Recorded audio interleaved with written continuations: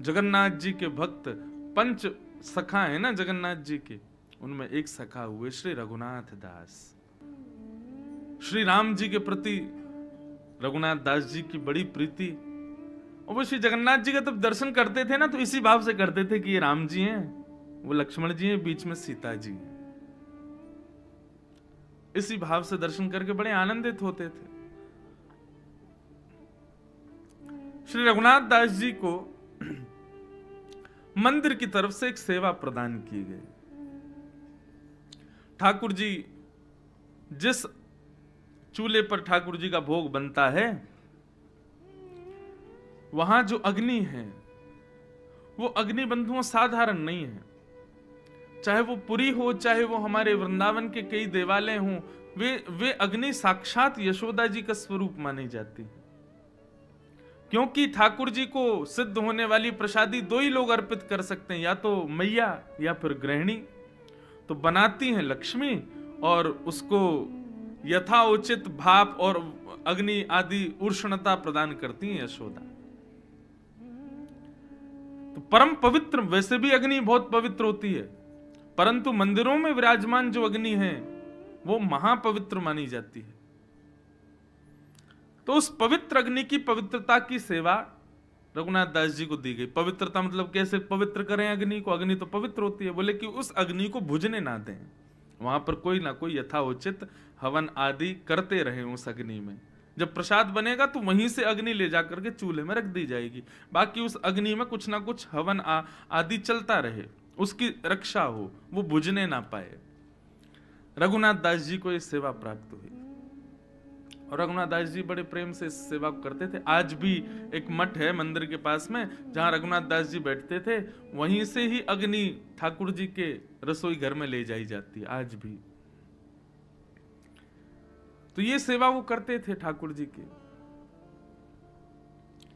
करते करते पूरा समय बीत गया। अब वृद्धावस्था आ गई तो रघुनाथ दास जी ने विचार किया कि अब मेरे प्राण कभी भी निकल सकते हैं। लेकिन एक बात कहूं बंधुओं, वैष्णव भक्त जब बहुत नाम साधक हो जाता है ना, तो उसको पता चल जाता है मेरे प्राण कब जाने वाले हैं। और एक और बात कहूं, जब नाम साधक सब जगह से मुक्त हो जाता है, परम मुक्त बीतराग जब हो जाता है, उसको किसी में आसक्ति नहीं होती, वो जिस दिन चाहे उस दिन प्राण त्याग सकता है। और कभी प्राण निकल भी रहे हो ना, तो वो मृत्यु देवी को रोक भी सकता है कि थोड़े क्षण रुक जाइए, मैं ये सेवा कर लूं, उसके बाद आप स्वीकार करना। ऐसी भी सामर्थ्य उसको प्राप्त हो जाती है। रघुनाथ दास जी ने सोचा कि अब समय है प्रस्थान का, अब वृद्ध हो गए, ज्यादा सेवा हो नहीं पाती। तो उन्होंने श्री जगन्नाथ जी के लिए आज मंदिर रसोई से अलग अपने यहाँ ही मीठे चावल बनाए और ठाकुर जी का केले के पत्तों का एक नवीन श्रृंगार बनाया। और उनका भाव था कि मैं इस श्रृंगार में जगन्नाथ जी को एक बार देख लूं, मेरे हाथ के बने मीठे चावल जगन्नाथ जी पालें, उसके बाद मैं अपने प्राणों का परित्याग करूंगा। लेकिन मंदिर में तो ठाकुर जी बंधे हैं कि जो रसोई में बनेगा वही पाएंगे, बाहर का तो कुछ पाते नहीं ठाकुर जी।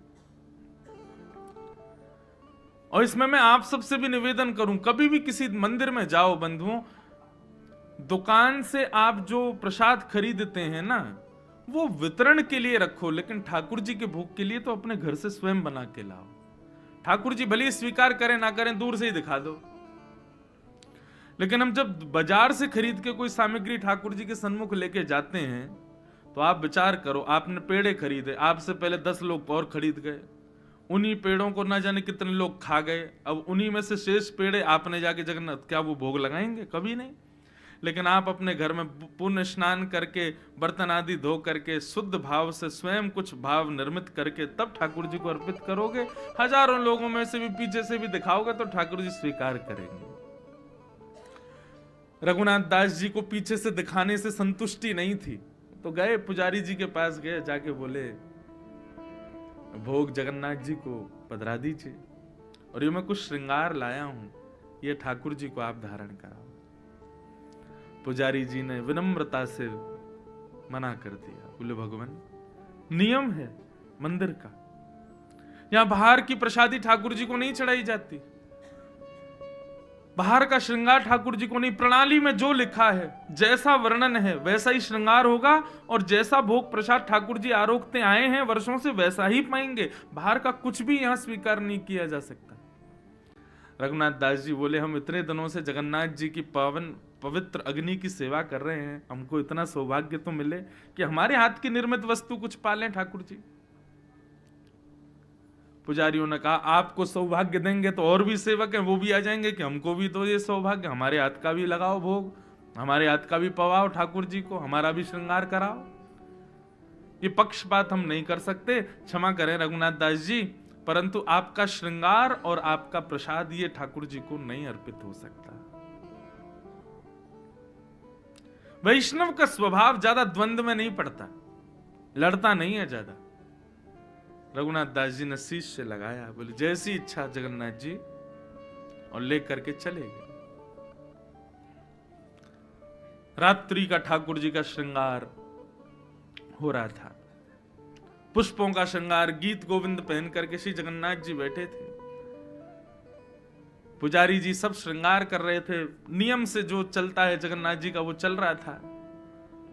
यहां रघुनाथ दास जी थोड़े से क्षुभित तो हो गए, नेत्रों से आंसू तो निकल गए कि मैं चाहता था कि एक बार ठाकुर जी को अपने श्रृंगार में देख लूं, अपने भोग को पधरा दूं, फिर प्राण त्याग दूंगा, लेकिन ठाकुर जी की शायद इसमें मंजूरी नहीं, राजी नहीं।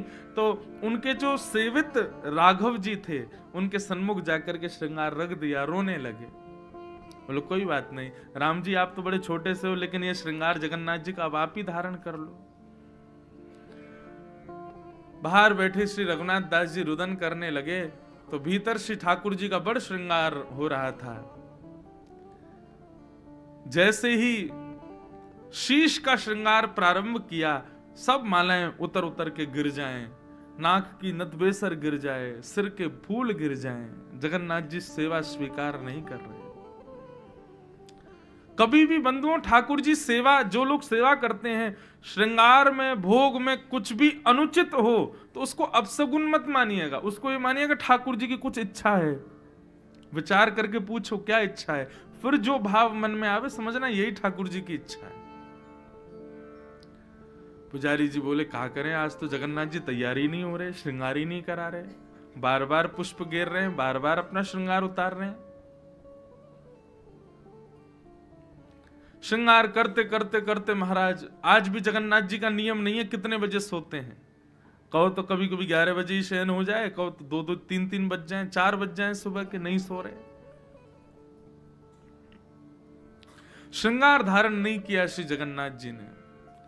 सेवा करते करते करते बार बार पुष्प उठा उठा के धरें, बार बार श्रृंगार करें, थक गए पुजारी जी। और कमर पे हाथ धरे धरे पुजारी जी को भी झपकी आने लगी, नींद आने लगी। जगन्नाथ जी क्या करें, आज तो ये सो ही नहीं रहे। बहुत सारे श्रृंगारी सब लगे थे, मुख्य पुजारी जो कि सब नियम से हो रहा है ये देखते रहते हैं, उनको नींद आ गई, बैठे बैठे अंदर ही गर्भगृह में सो गए। जैसे ही गर्भगृह में सोए, सोई जगन्नाथ जी स्वप्न में प्रकट हो गए, रोने लगे। पुजारी जी बोले महाप्रभु क्या हुआ, आप रुदन क्यों कर रहे हो? बोले मुझे भूख लगी है बहुत जोर की। बोले भूख लगी है, इतना भोग तो अभी धराया आपको, प्रेम से आपने इतना भात पाया, खिचड़ी पाई, सब प्रेम से आपने आरोगा है, और नियमानुसार जैसा आपको रोज भूख लगता है वैसा। बोले नहीं, आज मुझे इस भोग से निवृत्ति नहीं हो रही है, मेरी भूख शांत नहीं हो रही है, और आज मुझे श्रृंगार में भी सुख नहीं मिल रहा है। पुजारी जी बोले क्या करें आप बताओ?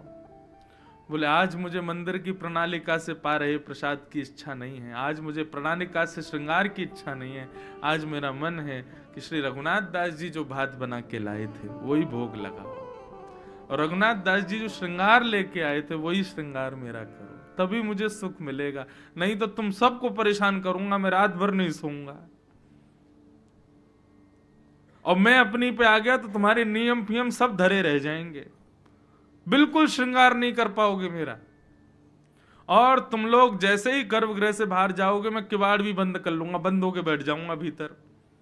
इसलिए मेरे आगे अपनी जिद मत चलाओ, ये सारे नियम तोड़ो, रघुनाथ दास जी का श्रृंगार और रघुनाथ दास जी का भात लेके आओ, मैं वही पाऊंगा। स्वप्न जैसे ही खुला रोने लगे पुजारी जी, और मन में विचार किया, हम इतने नियम बनाते हैं, इतने नियमों से आपकी वर्षों भर सेवा चलती है, लेकिन आप एक क्षण में सारे नियम तोड़ देते हैं नाथ। तो कभी कभी मन में भाव आता है, ठाकुर जी नियम में बंधे नहीं है, हमको दिखाते हैं कि देखो मैं नियम में बंधा हूं, तुम्हारे प्रेम में सामर्थ्य हो तो तोड़ के दिखाओ।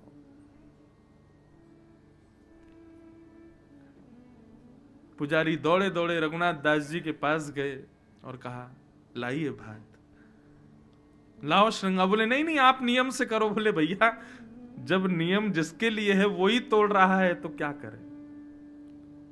प्रेम किसे कहते बंधुओं? जो सब प्रकार की विधि विधानों को तोड़ दे, नियमों को तोड़ दे, मर्यादाओं को तोड़ दे, वो प्रेम है। रघुनाथ दास जी का श्रृंगार और हाथ का बना हुआ मीठा भात ठाकुर जी के लिए लेकर के गए।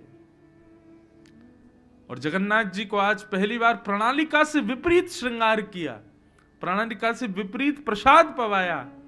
और आज सब पुजारियों को लगे कि श्री जगन्नाथ जी के मुख के अधर का जो मुस्कान है वो इतनी जोर से ऊपर उठ रही है कि आज तो मानो श्री जगन्नाथ जी के नेत्र भी छोटे हो गए। क्यों? गाल ऊपर उठियाए हैं हंसी के मारे, इतने प्रसन्न हो रहे हैं।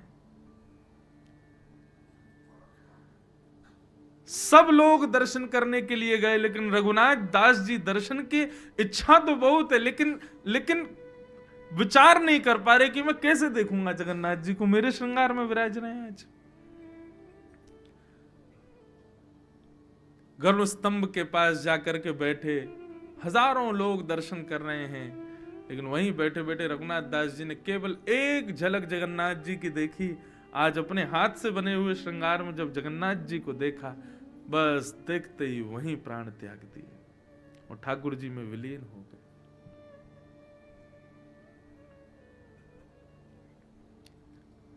तो मन में भाव आया, ठाकुर जी इतने नियमों में क्यों हैं?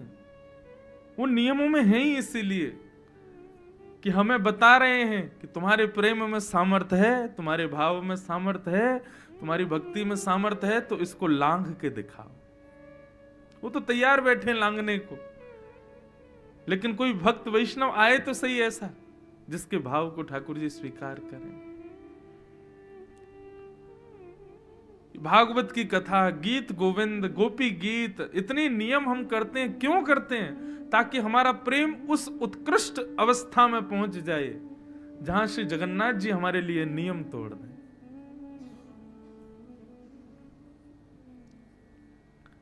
रथ रुकता नहीं है, लेकिन उन्हीं लोगों के लिए रुकता है जिन्होंने नियम तोड़वा दिए। साल्वेग के लिए रुकता है। और भी कई वैष्णव भक्त हैं जिनके लिए रथ रुकता है।